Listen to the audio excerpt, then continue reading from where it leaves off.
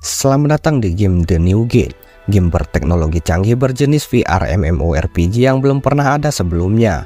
Mari berpetualang di dunia baru yang luas di depan mata kalian. Elf, Beast, Dragneel, Dwarf, Pixie, Lord Human, buatlah wujudmu sendiri dari 7 ras unik. Kalian bisa mengalahkan monster bersama teman-teman, membangun kekayaan dengan berdagang, atau menjadi pandai besi untuk membuat senjata legendaris. Inilah VR MMORPG, tempat yang kalian bayangkan bisa menjadi kenyataan. Telah dirilis secara global. Segeralah download di Play Store. Halo guys, kembali lagi di channel The Gabuters. Kali ini saya akan membawakan alur cerita dari anime The New Gate. The New Gate adalah game daring biasa yang tiba-tiba berubah menjadi game kematian, menjebak para pemainnya tetap berada di dalam dunia game yang menyiksa. Mati dalam game artinya mati secara nyata. Shin adalah salah satu pemain terkuat dalam game. Ia terus bertarung untuk mengakhiri keputusan permainan kematian ini. Ketika hendak melawan bos terakhir untuk mengakhiri semuanya, dengan berat hati Shin berpisah dengan ketiga pelayannya yang setia. Kemudian Shin yang overpower dengan mudah dapat mengalahkan bos terakhir.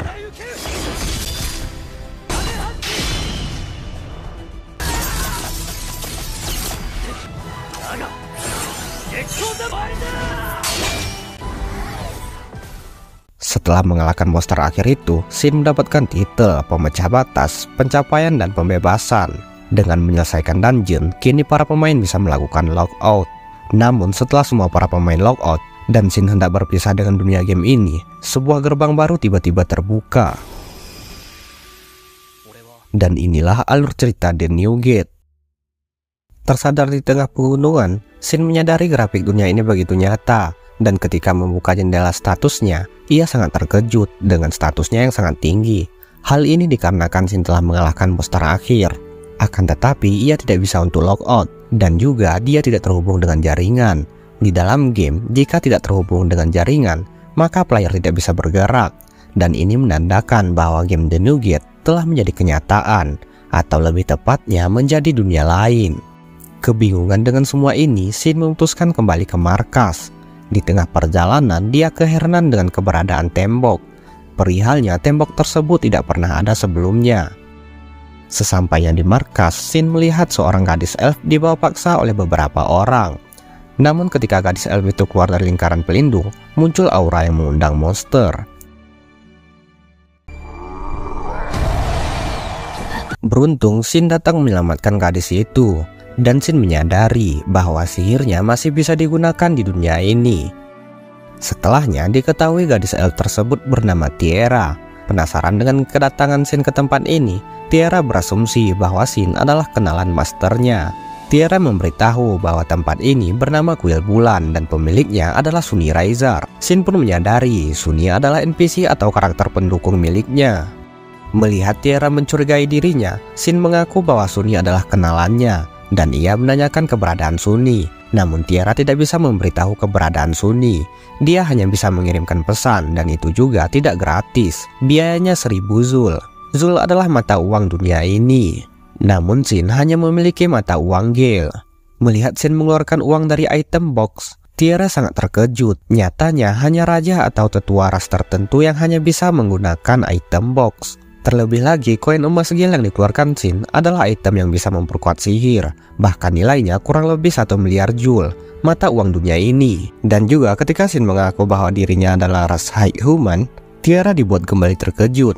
Perihalnya, High Human sudah punah. Sedikit penjelasan, High Human adalah player yang terjebak dalam game The New Gate. Dan mereka telah punah atau telah logout 500 tahun lalu. Hal ini menandakan bahwa Shin telah berinkarnasi 500 tahun setelah ia mengalahkan bos terakhir. Setelah memberikan 1 koin Gale kepada Tiera, Shin bertanya kenapa dirinya menggunakan sihir penyamaran. Master Tiera sengaja mengubah penampilan Tiera. Jika orang lain melihat, Tiera tidak berpenampilan seperti ini. Itu semua dikarenakan gadis elf berambut hitam disebut simbol kesialan terkutuk yang mengundang monster. Dan juga hal ini menjelaskan ketika Tiera keluar dari penghalang toko ini, dia langsung diserang monster. Dan juga berkat masternya, Tiera telah hidup aman di toko ini selama 100 tahun.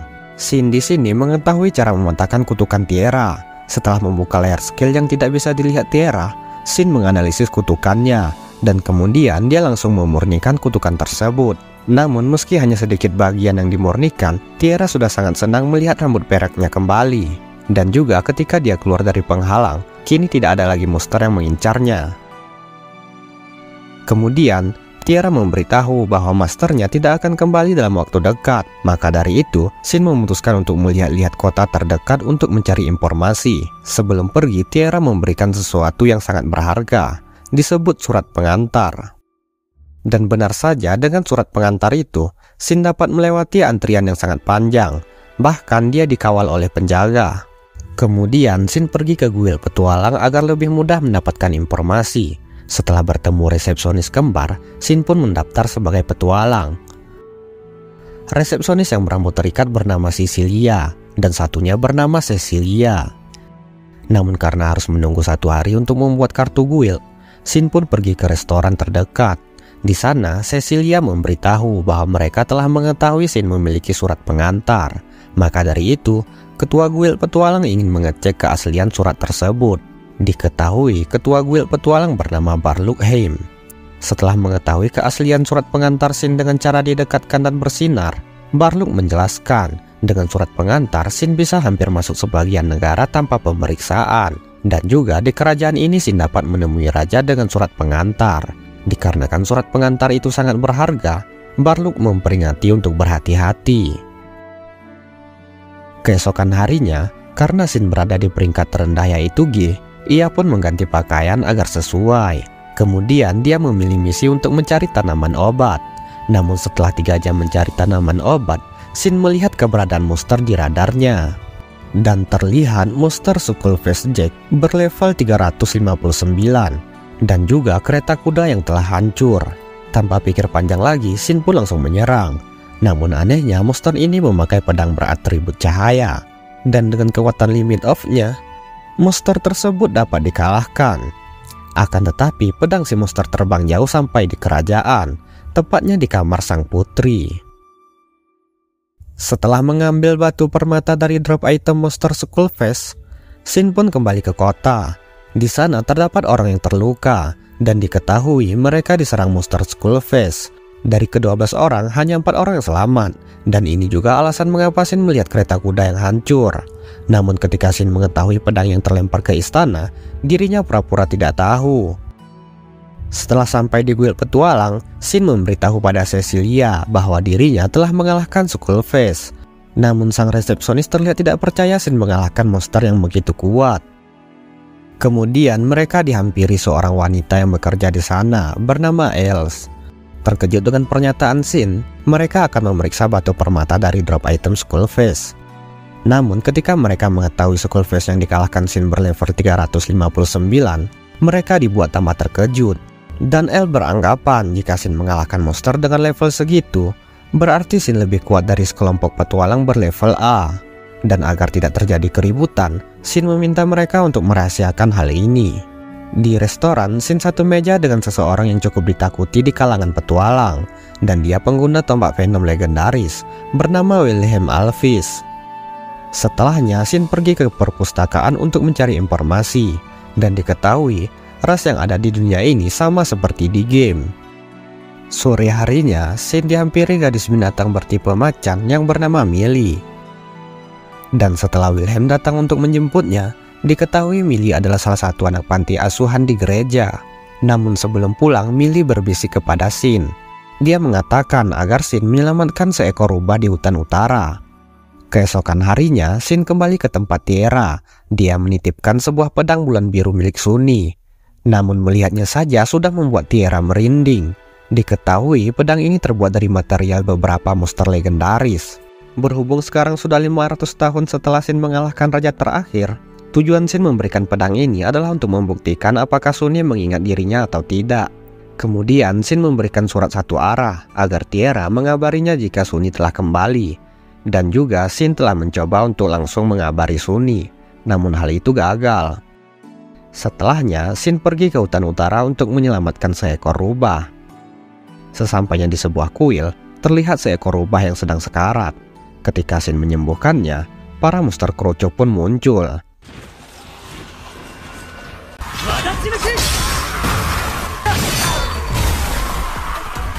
Dan juga dari batu yang ada di sana muncul 2 ekor monster berlevel 674. Bagaimanapun juga Shin dapat mengalahkan monster tersebut dengan cukup mudah.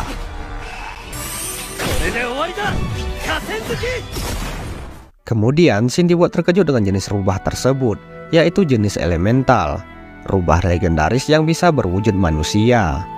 Sebelum kembali ke kota, agar tidak terjadi keributan dengan rubah yang legendaris, Shin menjalin kontrak agar level beserta rasi rubah tidak ketahuan, dan ia diberi nama Yuzuha. Kemudian Shin mendapatkan pesan dari Tiara yang memberitahu bahwa dirinya berhasil mengirimkan pesan langsung kepada masternya.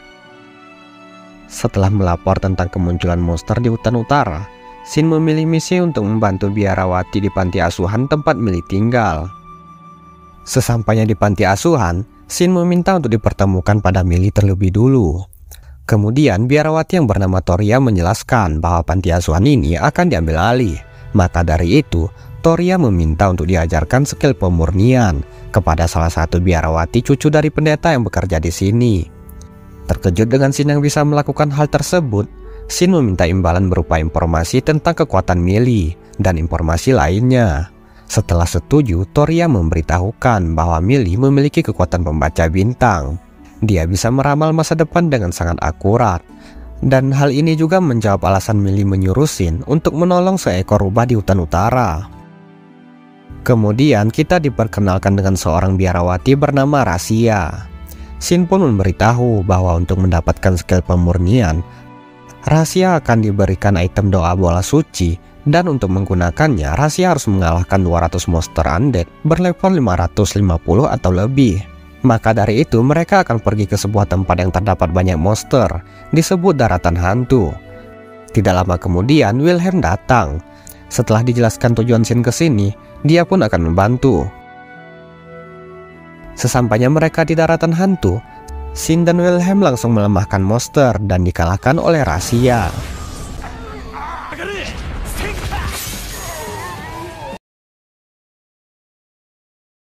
Kemudian mereka pun masuk lebih dalam ke tempat para monster dilindungi segel pelindung agar tidak keluar dari tempat ini. Sedangkan di sisi lain kita diperlihatkan pada putri kerajaan beserta pasukannya. Penasaran dengan pedang yang terbang ke kamarnya, sang putri pergi ke sini untuk menjawab hal tersebut.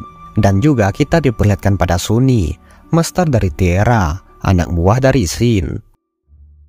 Kembali pada Shin, saat ini Rasia telah mencapai level 150. Sehingga dia mendapatkan skill pemurnian yang mereka inginkan. Namun tiba-tiba muncul esensi sihir yang menyerap beberapa monster.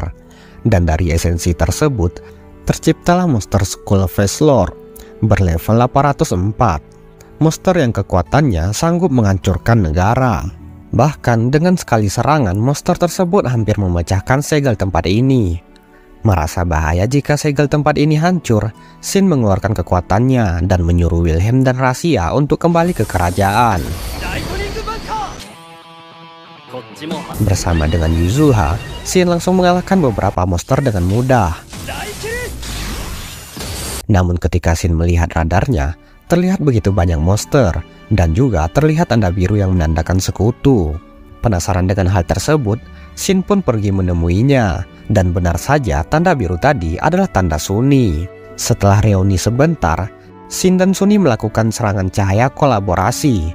Cahaya tersebut langsung melenyapkan beberapa monster dan memulihkan stamina orang-orang. Dan dengan sekali serang, Shin berhasil mengalahkan monster Skull Face Lord. Namun di saat-saat terakhir, monster tersebut bisa berbicara. Kemudian Shin dan Sunny pun mengobrol. Shin memberitahukan semua yang dialaminya setelah mengalahkan monster akhir. Dan Sunny memberitahu bahwa setelah Shin menghilang, dirinya terus mencari keberadaan Shin. Namun dua bawahan Shin yang lain telah menempuh kehidupan masing-masing. Dan terlihat saat ini, Yuzuha memiliki 3 ekor dan bisa berbicara. Setelah menyuruh Yuzuha menjadikan 1 ekor dan tidak berbicara di depan orang lain, mereka pun ingin mengejar Wilhelm dan Rasia. Kembali pada Putri Ryun yang telah berada di tempat pertarungan Shin sebelumnya, mereka dikejutkan dengan bekas serangan Shin yang sangat kuat. Namun setelah menemukan pedang yang memiliki lambang burung falcon, mereka berasumsi bahwa pedang ini dibuat oleh pandai besi legendaris High-Human yang dijuluki pandai besi hitam. Dan hal ini menandakan bahwa tidak hanya overpower, Shin adalah seorang pandai besi legendaris. Setelah bertemu dengan Wilhelm, Shin pun menjelaskan bahwa dirinya adalah High-Human, sekaligus tuan dari Sunny. Karena telah melihat kekuatan Shin yang begitu besar, Wilhelm pun mempercayai, walaupun Shin masih mau dia menahan diri. Wilhelm memberitahu bahwa High-Human yang dia ketahui adalah sosok luar biasa yang dianggap sebagai dewa. Sebelum berpisah, Shin memberikan surat pengirim pesan kepada Wilhelm untuk berjaga-jaga jika terjadi sesuatu. Setelah kembali ke kuil bulan, Tiara sangat antusias atas kepulangan masternya, yaitu Sunny. Namun ketika mengetahui bahwa Shin adalah tuannya Sunny, sekaligus pemilik tempat ini, dirinya pun langsung meminta maaf karena tidak mengetahui apa-apa. Keesokan harinya, Shin dikagetkan dengan Yuzuha yang kini memiliki wujud seperti manusia. Kemudian Sunny memberitahu bahwa bawahan Shin yang bernama Girat sangat ingin bertemu dengan Shin. Mendengar hal itu, Shin pun langsung kaget. Faktanya Girat adalah seorang High Beast yang hanya bisa hidup 150 tahun. Sunny memberitahu bahwa waktu Girat sudah tidak lama lagi, maka dari itu dia sangat ingin bertemu. Diketahui juga, Girat telah menyatukan suku binatang buas dan mendirikan aliansi Bispalnido. Dia disebut Raja Binatang Buas pertama. Shin memutuskan akan berangkat besok bersama Tiara dan juga membawa kuil bulan. Sedangkan Sunny akan melaporkan mengenai Lord Skulpes pada kerajaan. Namun sebelum itu, Shin ingin menempa beberapa pedang. Setelah menempa, Shin menyadari pedang buatannya terlalu kuat, sehingga tidak cocok dijual di negeri ini. Setelah membuat beberapa pedang, Shin memutuskan pergi ke kota untuk mendaftarkan Tiara dalam kuil petualang. Sesampainya di kuil petualang, Shin mendapatkan hadiah berupa kenaikan peringkat. Namun mereka melihat misi yang cocok, yaitu mengantar seorang pedagang menuju Farnith. Farnith adalah tempat Girat berada. Setelah mendapatkan kartu petualang Tiara, mereka berteleport ke kuil bulan untuk membawanya bersama.